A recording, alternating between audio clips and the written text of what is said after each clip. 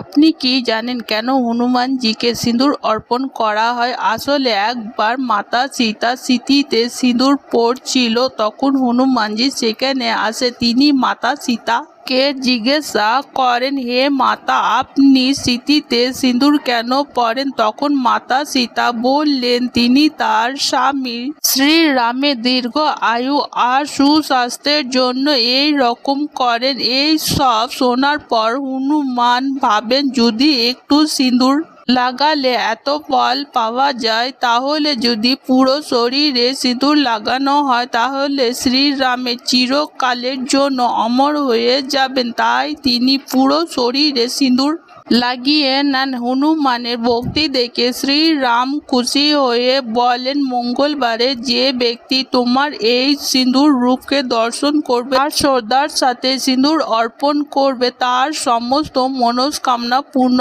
হবে। সবাই বলো, জয় শ্রীরাম, জয় হনুমান।